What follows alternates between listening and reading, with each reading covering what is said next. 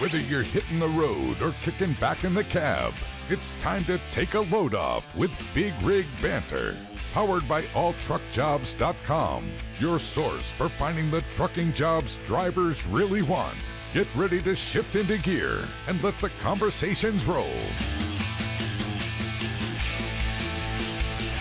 Hello and welcome to episode 9 of Big Rig Banter, a show about all things commercial driving and transportation related. I'm your co-host Connor Smith. And I'm your co-host Troy Diffenderfer. And today we're going to be talking about autonomous trucks, self-driving vehicles, and everything that comes along with that. We'll hear from Don Yogi Krieger, manager of driver recruitment and safety from A&S Kynard, as well as Lee Koon from Terminal Transport, with their perspectives on the autonomous trucking phenomenon and how it's going to affect current drivers and industry professionals. All right, and before we get into those interviews, Connor, I think it's best to answer some of the common questions that many truckers are asking when we're dealing with the autonomous trucking industry and kind of where it's going to go from there.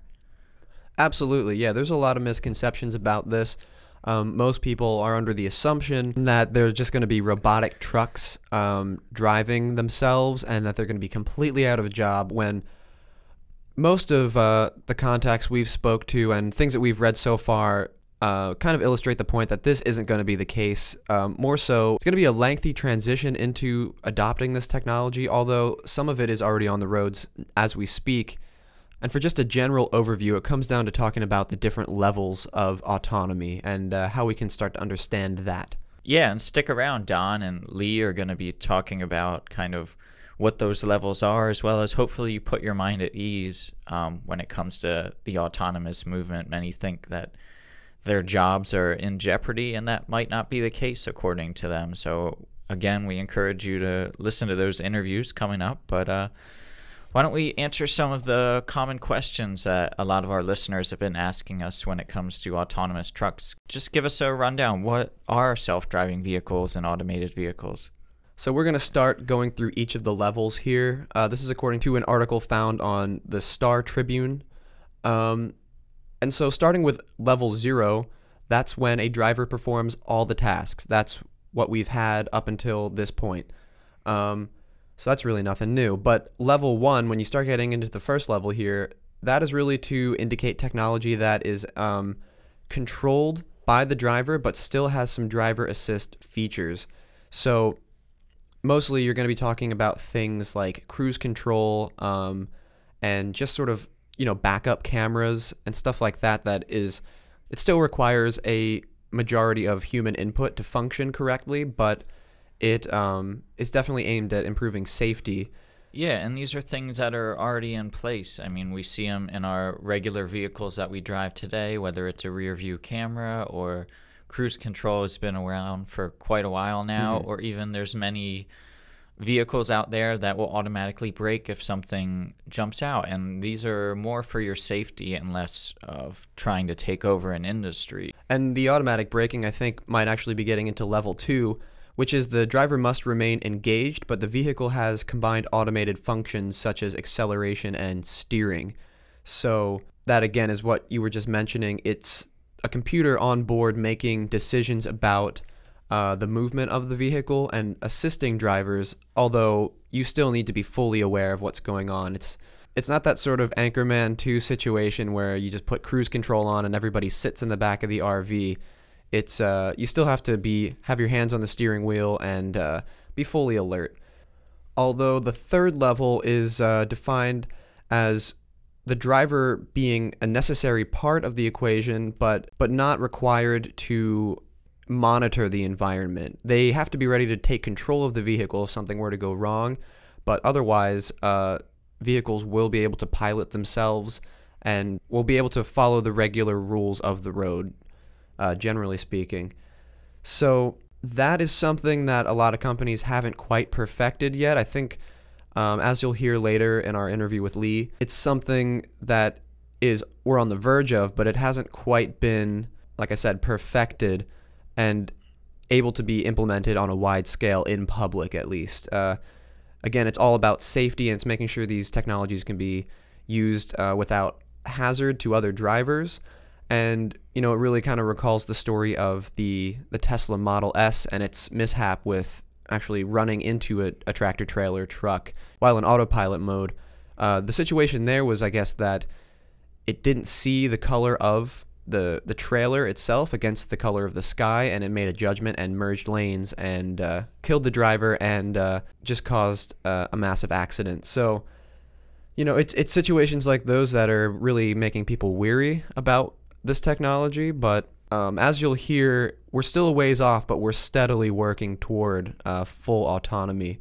So next, level 4 autonomy is when a vehicle is capable of performing all driving functions under certain conditions. So that essentially means you don't need a driver at all. Level 4 is completely autonomous vehicles, things that can be piloted remotely. You can have a fleet of them. They can connect to each other and coordinate. Realistically, they're just going to be drone trucks, essentially. So yeah, and I think that's where many people assume we're going to be in a year or two, which just isn't the case.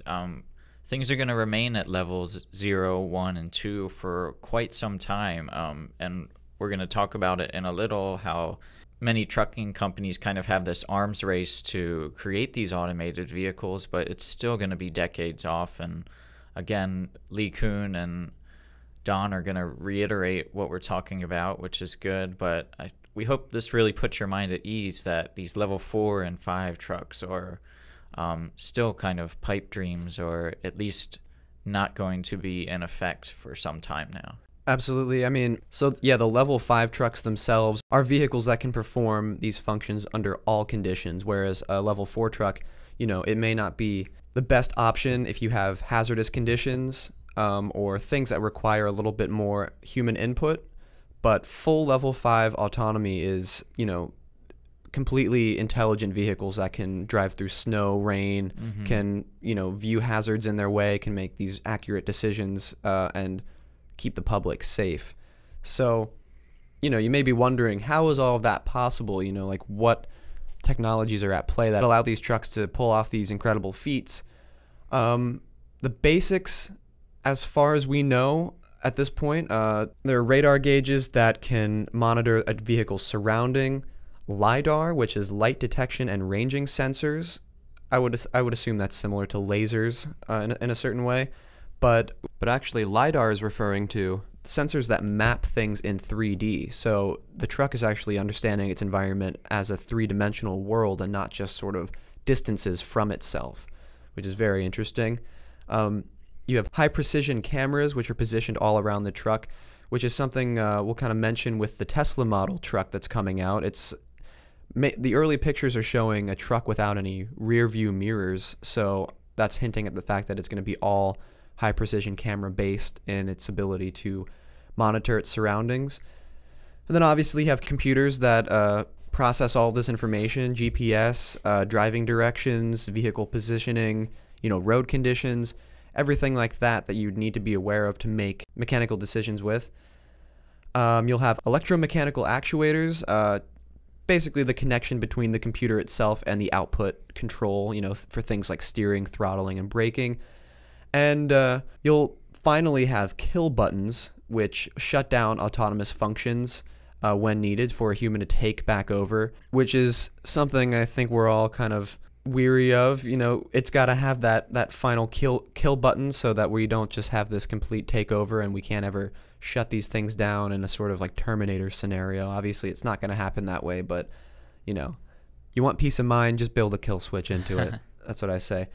But, yeah, so those are the basic sort of mechanical features and technological features that a lot of these trucks are going to have. So it's all about, understanding the progression and how these things get added step by step and what it means for drivers and their ability to specialize themselves and become familiar with, these new processes and technologies. Yeah, and another major question that many truckers have been asking is who are some of the major companies working on this? And I hinted at it before, and there's almost a smaller space race going on of who can kind of implement this technology and get it up and running first and kind of put their flag in the ground when it comes to automated trucks. And many companies believe that if they become the first to produce a working automated truck, then they could find themselves leading a really lucrative industry, which I'm sure is true. Any kind of major breakthrough is going to lead to a lot of money for sure. So, and that's why a lot of major companies, not just trucking companies, but just technology companies in general, like Tesla, are throwing their hat into the ring. These major companies like Mack Truck are already releasing prototypes, as well as major tech companies like I mentioned, Tesla, and they're hoping to become the flag bearers of the new industry. And Connor, I know you're going to talk about Tesla's vehicle some more. That's right. So to get a little bit more in depth and specific with each of the trucks these companies are aiming to put out, we're going to start with Tesla here. And their semi-truck is aimed at being all-electric. It's going to feature top self-driving computer systems and will be able to travel anywhere from 200 to 300 miles on a single charge. Interesting first images show a cab without mirrors, suggesting this vehicle may take advantage of advanced camera systems like I mentioned. And so we know Tesla is a major player. They've already got leg up on the competition. But another company, which is the other half of Nikola Tesla's namesake, the company Nikola, they're looking to release a truck called the Nikola One, which again is a semi-truck, although this one is going to be boasting a hydrogen electric powered system. It's going to produce 1,000 horsepower, only require 15 minutes to refill it. And for early adopters of this technology, they're actually promising 1 million miles of free hydrogen fuel. So, you know, again, a huge incentive to try and make these trucks a reality. Additionally, you have companies like Otto, who are owned by Uber, both very German words, and they're actually implementing self-driving and autonomous technology in existing trucks. Mainly, you'll see Volvos using this technology, and a lot of it is just self-driving features, you know, lane assistant stuff, cameras, navigation equipment, and really things that, you know, are level 2 autonomy and below at the moment. Otherwise, you have Waymo, which is Google's self-driving project, and they're more so looking right now at just sort of getting consumer vehicles up and running, but there's no reason to think they won't try to enter this market as well and try to implement their computer systems in trucks, existing trucks, or eventually create their own. There's no word on that, but you know, it's really bound to happen eventually. So, you know, one of the interesting things about a lot of these self-driving trucks and autonomous vehicles is that they're moving off of traditional diesel fuels. So some reports by the Department of Energy claim that autonomous vehicles could reduce energy consumption in transportation by as much as 90% or increase it by 200%. Critics are saying that automated vehicles might actually encourage more people to utilize personal transportation and thereby create higher emissions and everything that comes along with that.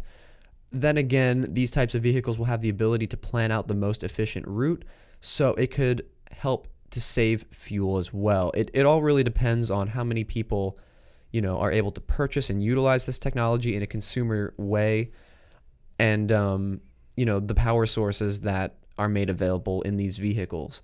So really, you know, that's kind of it's both an ominous and an enlightening perspective on that. When you think about, you know, we're going to have less energy consumption, but with more people on the road, it could ultimately kind of backfire, you know? Yeah, and again, it's way off, but I think it's awesome to see this competition, and kind of competition always makes these companies better, and in the end, it's going to help everyone because we're going to see these new safety precautions implemented, and it's going to make the roads safer, we hope. And it's really exciting to see kind of how things blossom. And obviously, we don't want jobs taken over, but we do care about safety, and it's exciting to see how many of these companies are implementing different pieces of technology to keep the roads safe and keep our drivers safe. Absolutely. And you know, I was reading in that Star Tribune article, which we'll provide a link to at the bottom of this video or podcast, wherever you're listening. It was talking about how 94% of, you know, accidents on the road are driver error. So that's a huge percentage of crashes and accidents being caused by humans. So presumably, with more of this technology on the road, you're going to have safer roadways, even though we're not quite there yet. And it seems a little bit like if we haven't done it already, then why should we continue trying? But overall, the goal that a lot of people in the industry will tell you is to just make things safer and more efficient and honestly more comfortable for drivers. Something that will provide a lot of opportunities for specialization and, new jobs training and skill building kind of stuff. So I think it's just important to think about it in that regard. So obviously many truckers fear that these automated trucks will push them out the door, leaving many looking for jobs. But luckily we were able to speak with Don Krieger, who hopefully will put a voice to your concerns and maybe set your mind at ease after listening to this interview. While this new implementation does seem like a looming broom ready to sweep you guys out the door, I think you'll be surprised to hear that this most likely won't be the case. So here's that interview with Don Yogi Krieger. All right, well, we're welcoming Yogi Krieger to the Big Rig Banter podcast. Yogi, how are you doing today? Good. Good. Our episode today, we're talking about the automated trucks and stuff like that, and I know you have some experience with the automated trucks, and I know you have a variety of opinions, and we just kind of wanted to get your take on it. So why don't you tell the listeners a little about your background? We know you work for A&S Kynard. We've worked with you in the past. Many of our listeners have viewed the Troy Thunder trucking video, and hopefully they're familiar that we were lucky to have A&S Kynard host us for that video. So again, we thank you for that. Well, great. Well, thank you very much. Yeah. Well, I've been in transportation, and I just kind of thought of this before you called, probably about 30, a little short of 30 years now, which kind of dates myself. So I started out as a driver, as an owner-operator back in the late 80s, or mid to late 80s, and used to drive, as a lot of guys say, when they had square wheels and no power steering. So kind of worked my way up through a couple different companies. I'm sure everyone might be familiar with Schneider National many years ago in the 90s when they were first starting. I was with Glenmore Transport for many years. Then moved over to Schaefer and Crete, and I've been here at A&S Kynard for the past 2 years. Right on. So it's quite the resume you got going on there. So yeah, I still kind of wonder myself why I'm still here, but I still do it and I still love it. So it must be something about it. Those are plenty of good reasons, really.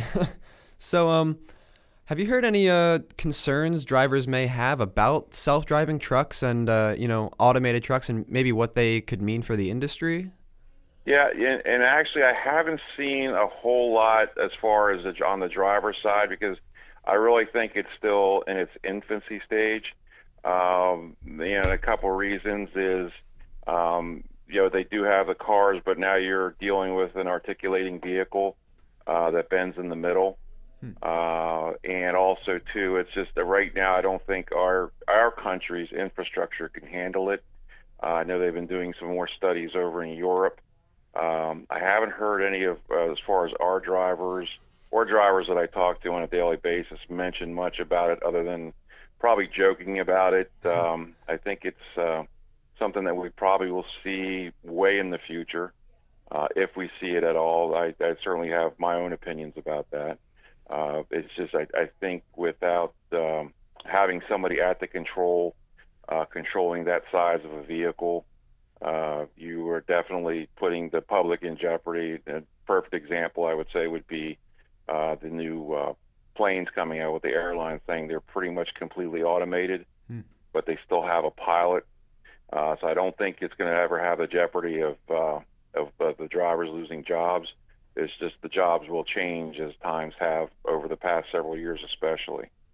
Absolutely, yeah. We certainly hope that drivers are still going to be in the driver's seat moving forward in the future here. But how do you feel If self-driving trucks were to become a reality, how do you think they would impact the industry? Do you think there would be positive sides to it, any benefits, or do you think the cons would maybe outweigh any of those benefits? I think, probably, if there was any positives, it would be more so, I think more related to like an on-time delivery type, where it's something that's needed at a certain period of time. There certainly will help with the manufacturing part of it, delivering parts. And I'll just say example for cars, delivering parts. They're on-demand delivery, so that definitely will be one of the advantages to that. As far as disadvantages, again, numerous. I think will it cut into some of the employment? Yes, it probably would if and when it ever happens. And I'm sure you probably talked it on your show before, and probably every driver has heard this. We're heading into a major driver shortage here in the next couple of years. We're actually in one now, but it's going to get much worse as time progresses. So that if that would ever happen, I don't see it happening, that it would help that at all. But if it would, that would probably be one of the advantages of it. Yeah, that's what I was going to ask. We did cover the driver shortage in a previous episode, and that is one of the major arguments. Do you think that would kind of bridge the gap? Yeah, I think it would, and then again, we come down to is when is it going to happen? I think in the immediate future, no. I think it's just going to be a matter of getting. And I said we talked about this the other day, is making truck driving cool again. Right. I think that's probably one of our biggest problems right now. And as the trucks have evolved over the years, you'll see a lot of trucks now have satellite TV in them. Of course, refrigerators are come standard with a lot of them now, and they're trying to make it more comfortable for the drivers. And I think that's going to help the situation a little bit. But like you said, I think the shortage is going to be that bad that I think one of the things that they're going to go for probably is the driverless equipment. Again, I think it's many, many years, and I would say probably before my life, sometime after my lifetime, that'll probably happen.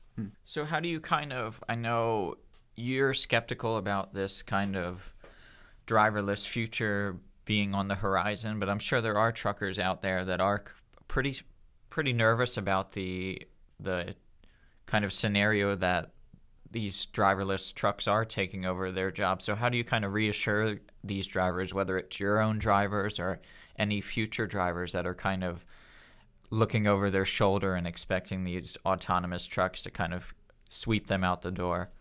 Well, and like I said, I think it's something that right now is almost like an H.G. Wells kind of feeling to it, like that we'll never see that. Some people may have said that about the cell phone, and look what we're holding in our hands now. I can remember years ago carrying the big box around with me. I don't think, like I said, I think as far as in the United States with the infrastructure, I don't think, other than maybe treating it like a train type thing, where it's very straightforward. But in the cities and so forth, they're going to need drivers for that, no matter what, just for the fact anything's ever changing because of the weather. The machine can't tell if a road, how to handle a truck on a snowy road. It can have the anti-lock, everything like that, but I think it just takes the driver's smarts to be able to do that and to be safe. I really don't get a lot of conversation with guys on that. It's more so, I'll call it water cooler talk, and we joke about it and so forth. But I think probably as you see more I don't say advertisement, but more tests being done, especially with just the cars themselves. With all the issues that they're having with that now, they have a couple that are in certain cities that are doing that, but end up having issues with them. So I think a lot of it is going to be the public, too, is going to have a problem with it, again, perceiving that are they safe? There's nobody actually controlling the vehicle, so if something were to go wrong, and I'll use an example as a blown tire, Will the computer that's running the truck know what to do versus somebody that's actually in the truck and can see the situation ahead. So I think not only are they going to have to convince the drivers that it's going to, they're going to have to convince the public that this is going to be an actual something that's going to be viable in the future. Right, absolutely, yeah.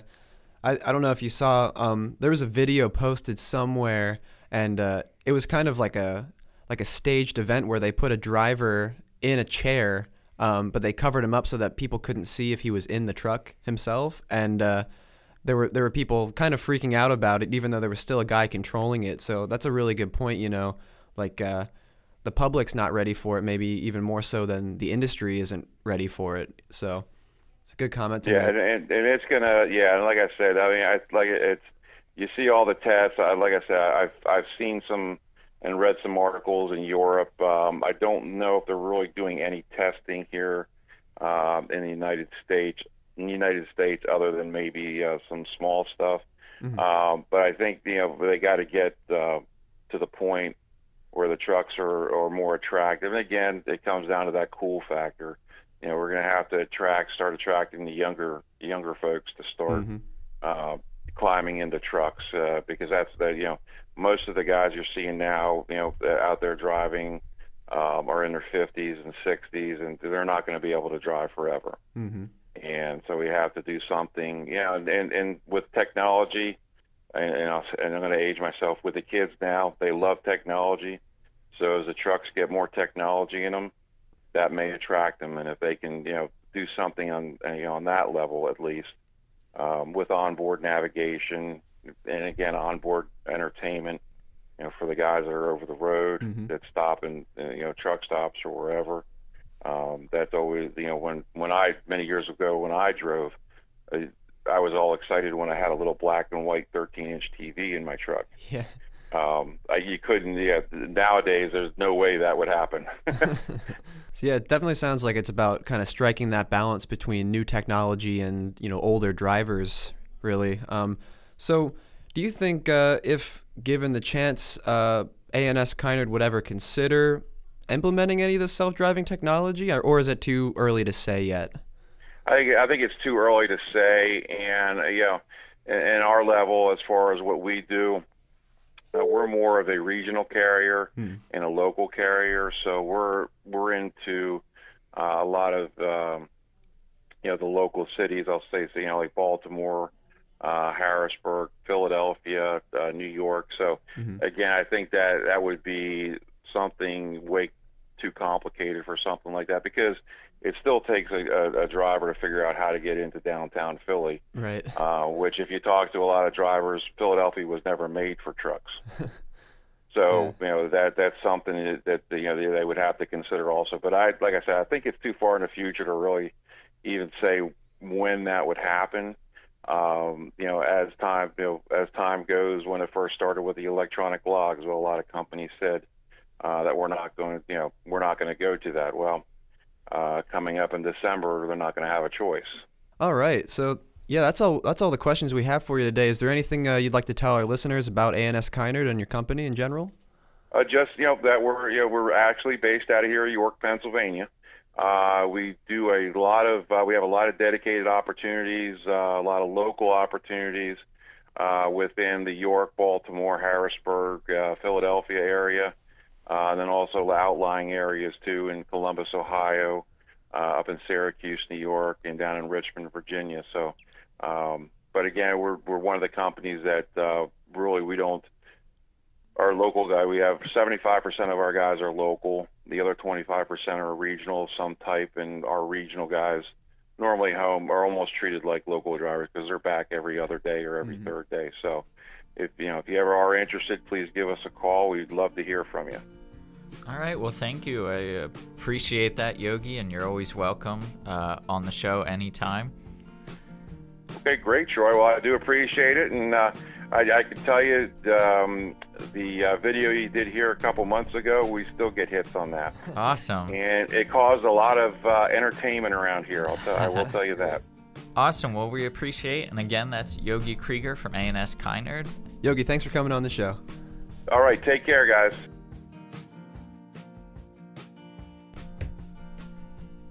All right, and again, a big thanks to Don Krieger for taking the time to talk to us there. It's a lot of good information, and again, it's really about setting drivers' minds at ease and priming them for ways they can prepare and get involved with this transition and really expand their careers in the process. I think that's kind of the point I hear a lot of people trying to make, is that don't be afraid of it. Really try to embrace this where you can and find opportunities for yourself as a driver, because it's somewhat inevitable and it's going to happen. So if you don't get with the technology, it might get you. And so now to talk a little bit more about the safety aspects of this issue and maybe go a little bit more into how trucking companies are preparing for this themselves and some of the things they're doing to educate the community. We have Koon of Terminal Transport. He's the Director of Safety and Recruiting, and he took the time to talk to us from Minnesota. Here's that interview.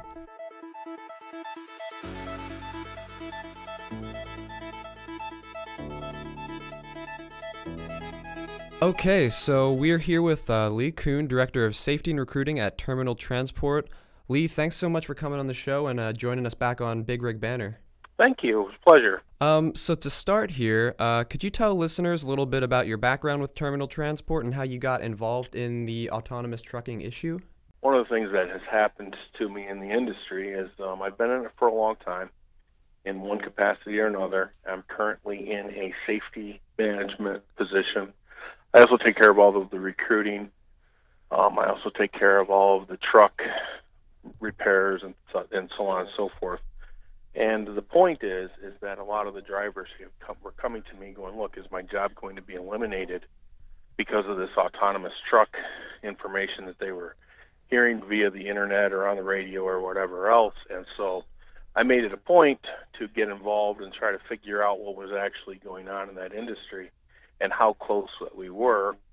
And so in amongst all of that, I was asked to join a task force here in the state of Minnesota with the Minnesota Trucking Association to kind of do some more background on what's going on with the automated trucks and what's real, what's the good information that's out there, what's the bad information that's out there, and what we as an industry need to do to get prepared for that. Right. And so what are some of maybe the concerns that drivers are talking about with these automated trucks? Have you heard anything on the ground there? Absolutely. A lot of drivers within the industry, they hear the word autonomous and they automatically jump to the conclusion that means that a truck is going to leave Los Angeles, drive itself across the country, back itself into a dock in Boston, and it's going to be unloaded and then go off to its next stop or whatever. And this truck is never going to have to take a break, live with the hours of service situation or any of those rules. And that is, we are decades probably away from that actually happening. And I think that when the word autonomous gets used, there's a lot of misconceptions. Right. And that has been, in my experience, one of the big things is try to educate the drivers and get them to understand that that is not what autonomous means by any stretch. There's actually 5 levels of autonomous trucks, and what they're talking about is levels 3, 4s, and 5s. We're pretty far from before we're ever going to see a 4 or 5. We're delving into the area of 2. And making that transition from the 2nd to the 3rd grade is a pretty big obstacle for the whole industry. So that's probably closer than we're really expecting. Or, a lot of people, it is there. It's going to happen. It's just a matter of when. When we start getting into fully automated trucks and what the drivers are concerned about, we're probably realistically years away from that happening. Well, that's definitely good to know. Hopefully can reassure some of our listeners out there and other truckers on the road. But with, you talked about the different levels of the autonomous trucks, and with levels 1 and 2, what are the current impacts that maybe drivers could be experiencing now? The good way, a good analogy and a good way to think about autonomous trucking in these separate levels is that you got to think about it now as like a cruise control setting on your dashboard. Okay, So your level 1 is your driver assistance. So the driver has to be right there in the seat, and the driver has to be making all the decisions for the truck, basically. Mm-hmm. Okay, and a level 2, that's a partial automation. That's when the truck can get out on the open road and can kind of drive itself, but the driver is still there and still has to make that decision to, should I take this thing off autopilot? And, because I have bad weather in front of me, or I have a construction zone that I'm entering, or whatever the case may be, the driver still makes that decision about whether they're going to use the autonomous function on that tractor. That's kind of where we're getting into right now. There's a lot of technology out there, and I think the drivers are seeing all these things. And what the autonomous world is trying to do is trying to tie all these different things together. So, for instance, you have lane departure software out there, and which will keep the truck in the lane. There's cameras all over these trucks now that are sensing and can see a pedestrian maybe walking down off the side of a curb or something. All these different technologies are being tied into this autonomous world. And so the drivers, I think, are seeing a lot of those individual pieces that go into the bigger puzzle. Mm-hmm. And so that's what they're experiencing right now on the road. How do you reassure these drivers about what's being called a driverless future? I know you've talked about it a little, that you kind of make it a point to reach out to these truckers and talk, but how do you kind of put their minds at ease, if you will? Well, I think a big part of it is to tell them how exciting that this is. And that they're going to be part of this transition into this autonomous world, and that they're very much a player in this game, that they're not going to lose their jobs, that they are probably going to be even more specialized. They have opportunities galore within this industry. Right. And we're in a serious time of growth. And when a driver, we have to, as an industry, we have to reassure the drivers that they're a part of this. We're not sitting in the offices making these decisions and trying to figure out how to get rid of the driver. We're trying to figure out how to envelop the whole structure of the entire trucking industry, drivers being at the forefront of that, and how we're going to make this all work together for all of us. And I think that there's a great opportunity here for the drivers. I go back to another analogy, if we will, is about Captain Sully and landing that plane in the Hudson River. Mm-hmm. Okay, we all know that airplanes are fully automated. Once that plane is off the ground 1,000 feet or whatever, that pilot's hitting autopilot, and that thing flies itself to the next airport. Right. What Captain Sully's situation was, the information that the airplane was giving him, he questioned it, and he had to make a human judgment, and he took that autopilot off, and he actually set that plane down in the Hudson. And we had, we all know the story of there was no, we didn't have fatalities. We didn't have a huge plane crash on our hands. Mm-hmm. I think it's important for drivers to think about their truck driving future being like that. You've got autonomous trucks. These trucks, they're going to drive themselves to an extent.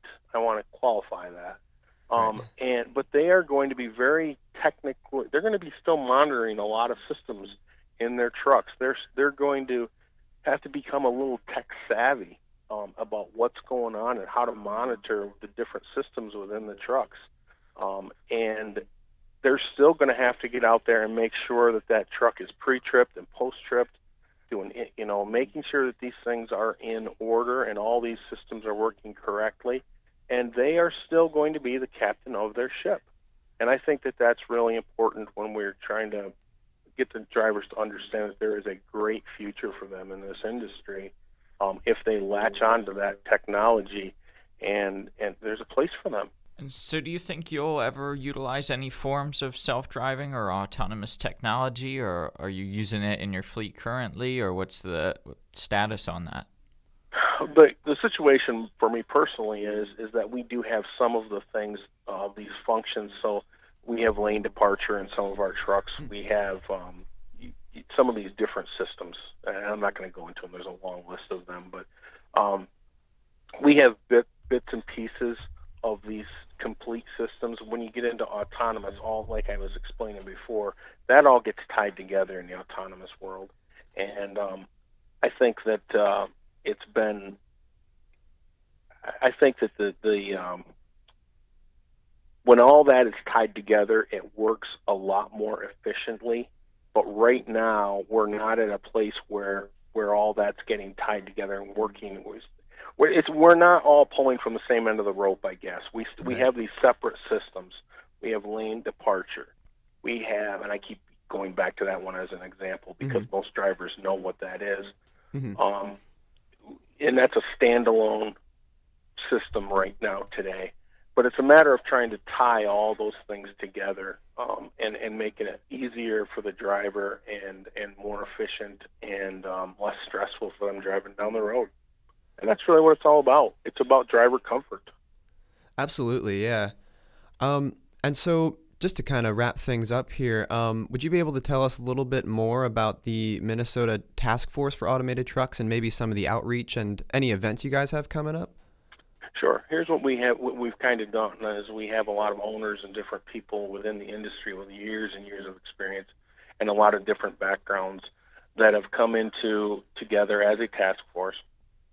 And we are meeting approximately once every couple of weeks right now.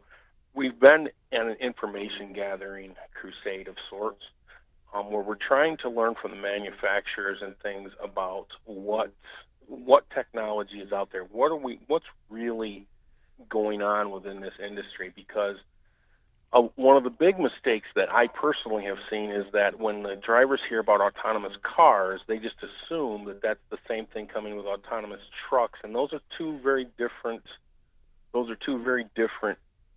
atmospheres. And right. So the task force is looking at just the trucks, and we're trying to separate out what's really going on with all this and trying to educate the drivers, educate our shippers and receivers, educate our industry about, and even so much as even up to our lawmakers, and that's kind of where we're headed, is trying to get everyone on the same page and to understand this and not be afraid of that technology. And so that's kind of what our task force is doing right now. We've met with a couple of manufacturers that are delved into this pretty extensively.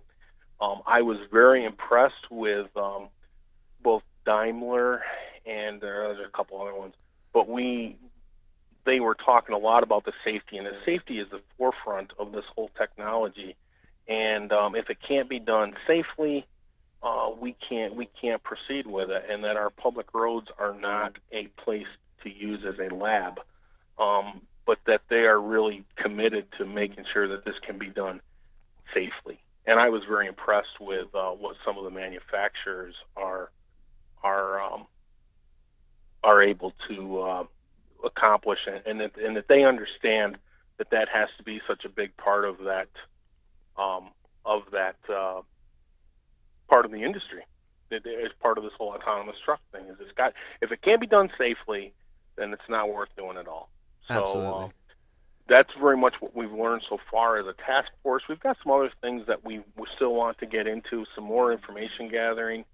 But once we get all that information, then we're going to move forward with what do we need to do to educate our industry, our shippers, our receivers, our drivers, our back office people, to get them all acclimated and on board so that when this does come to the front, and it becomes a real part of our everyday trucking experience, that we're all prepared for that. Right on.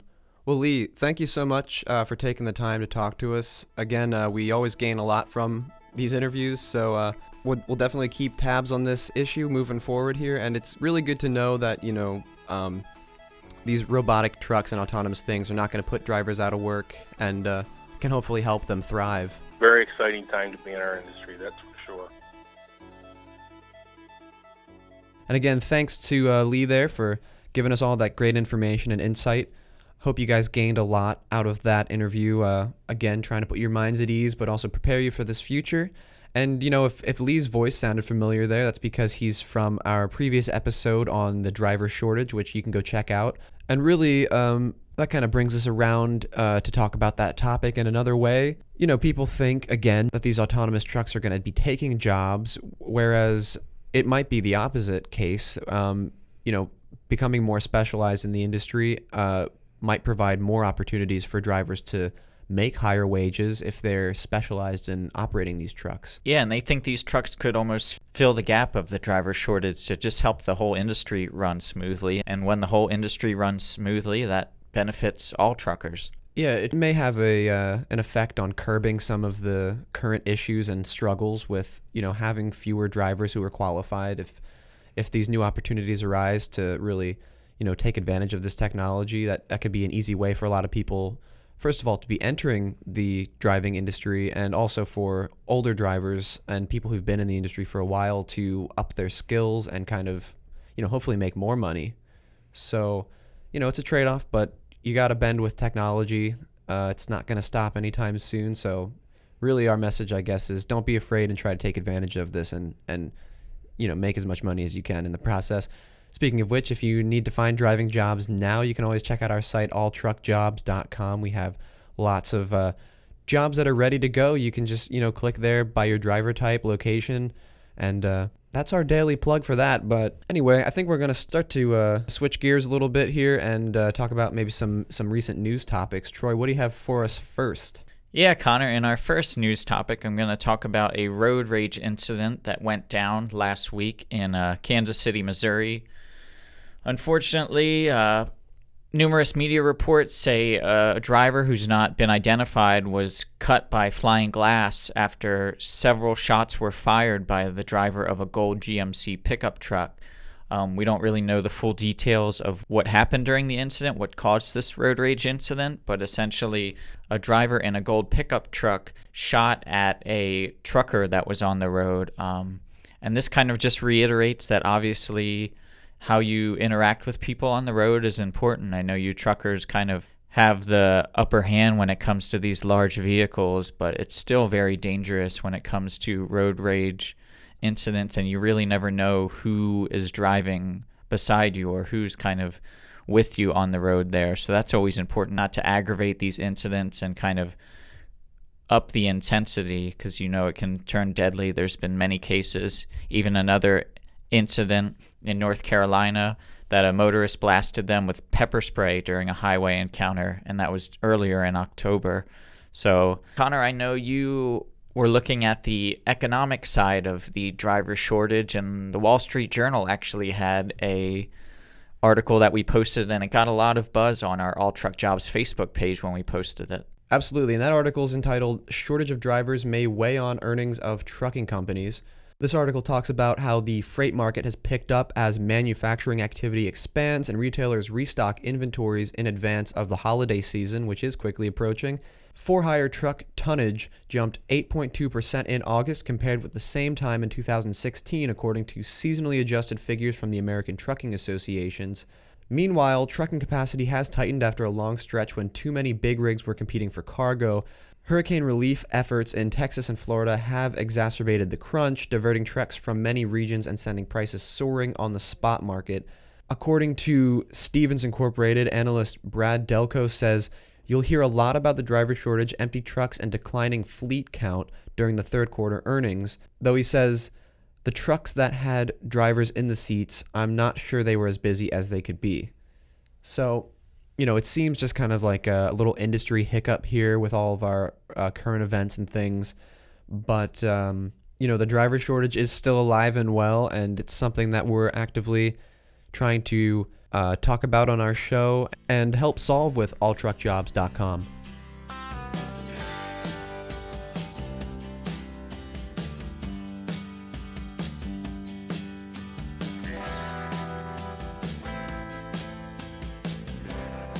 All right, so if you've stuck around this long in the show, we know this was a lengthier one than maybe some of our other shows in the past, but it is now time for our fun topics section. We're bringing it back just in time for the Thanksgiving season here. So, Troy, we're going to start off with a little bit of turkey truckin' trivia, the triple T, the triple threat. Are you ready for this? I'm going to ask you some questions about the numbers involved with hauling Thanksgiving goods. Think you're feeling up to this challenge? Yeah, I think I can manage that. I know I didn't do so good on our trucker verbiage trivia challenge last time, but I'm feeling like I'm going to redeem myself. All right. That's the positivity we need around here. So, according to estimates by the National Turkey Foundation, how many turkeys do you think are consumed on Thanksgiving every year? All right. Well, I know each of us at least consume one, so that's 2. So it's definitely more than 2. I'm going to guess about 50 million. So you're pretty close there, actually, except that's only on Thanksgiving itself. 46 million turkeys are consumed on Thanksgiving Day, which means that 20% of the total 228 million turkeys consumed each year are eaten on Thanksgiving. So that's a huge portion of them, but we sure do eat a lot of those weird little birds. Tell you that much. All right, so you're pretty close with that one. The price is not right, though, because you went over. All right. So fair enough. Can't give you the point on that guy.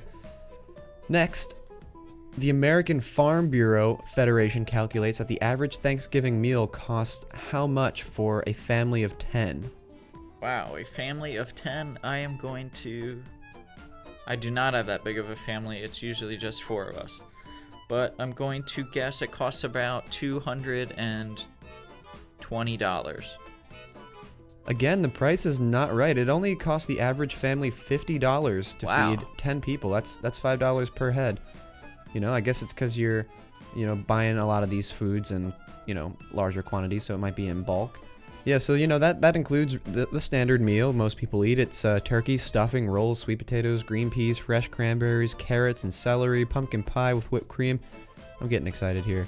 But, yeah, $50 for a family of 10. That sounds pretty good. I don't know that that's necessarily what people actually spend, but on average, it's apparently what the American Farm Bureau Federation has calculated. All right, so now for our next question. This is a little bit more transportation related. Any look at Thanksgiving by the numbers would be lacking if travel went unmentioned. Americans expend a lot of effort to go back home and spend the holiday with their families. According to the American Automobile Association, how many estimated Americans traveled at least 50 miles to reach their Thanksgiving destination last year? How many would you think? That's a good question. Myself, I know I don't travel that much, but I'm going to assume that a lot of people do to visit friends and family. It's a great time of year to travel, so I'm going to guess about 150 million. Ooh, price is not right. It's actually way less than that. It's 46.9 million people hit the road. I'm wondering, though, if they actually account truckers in that because, inevitably they're driving home to make it to Thanksgiving with their families, if possible, at least, and... All right, 0 for 3, 0 for 3. 0 for 3. All right. Final question here. And, holiday shopping season is coming up, and truckers are very much to thank for getting all those shiny new products to shelves in the pre-Christmas rush. But for the entire holiday shopping season, from Thanksgiving to Christmas, how much do you think the average American spends, according to a survey from the National Retail Federation? I'm going to guess about $280. No, that is again not correct. You're really striking out here. It's $802 on average. That's how much the average American spends during this holiday season. So, you can really understand why Black Friday is such a huge thing and why, a lot of marketing efforts, a lot of transportation efforts are all centered around this coming season here. So that was our turkey trivia for this year. Troy, unfortunately, didn't earn his stripes in this one, but... Yeah. All right, and that's all we have to our show. We thank you again for listening, and we thank Lee Koon and Don Krieger again for their insightful interviews. Absolutely. And join us next time for some winter driving tips. What's going on? Wait. Hey, you can't just barge in here, man. Is this thing on? Testing. All right, you goofy giblets. It's Troy Thunder here making his grand return. Thanks for the invite, Connor. No problem. Yeah. All right, well, anyway, I'm back here with some more workout tips. Luckily for you, dweebs, I got 3 more workout tips that'll help you get in shape after you spend your day stuffing your gullets full of turkey and mashed potatoes. All right, number 1, Troy Thunder workout tip to help you get charged up is the Galloping Gobbler. Connor, you know what that is. I actually don't at all. Galloping Gobbler is just take off running. Get that turkey bouncing around in that gullet and just start galloping like a good old turkey. All right, number 2 is the cranberry crunches, similar to abs in the cab. If you haven't already checked out that viral video, which I'm sure you already have, cranberry crunches are going to help you get those abs in shape, knock off that sweet potato pie, and make sure you're looking fit and healthy like yours truly. All right, Connor, you know what number 3 is, throwing the pigskin around. Connor, back in the day, I was actually a Heisman Trophy winner. Held a few records in my day. That's definitely not true. But anyway, Connor and I like to throw the pigskin every now and then from time to time. That's what I'm going to encourage you giblets to do. I want you to go out there, toss that pigskin around like Troy Aikman, and pretend you're in the Super Bowl on Thanksgiving. I'm out. Okay. Thank you, Troy Thunder, for just barging in here and taking over the podcast for a little bit. I guess that's okay. But That guy's a weirdo. he's really weird. I can't get used to him. Anyway, so next time we're going to be talking about some winter driving tips, and be sure to like and subscribe to our podcast on iTunes, Google Play, Stitcher, and find us on Facebook and Twitter at Big Rig Banter. I'm your co-host, Connor Smith, And I'm Troy Diffenderfer. and this has been Big Rig Banter. Thanks for tuning in to another edition of Big Rig Banter. For your next job, check out AllTruckJobs.com, the premier online source for finding the best driver jobs in the country. Browse hundreds of positions by freight or driver type to get back on the road with confidence. Click subscribe to keep the conversations coming. Until next time on Big Rig Banter.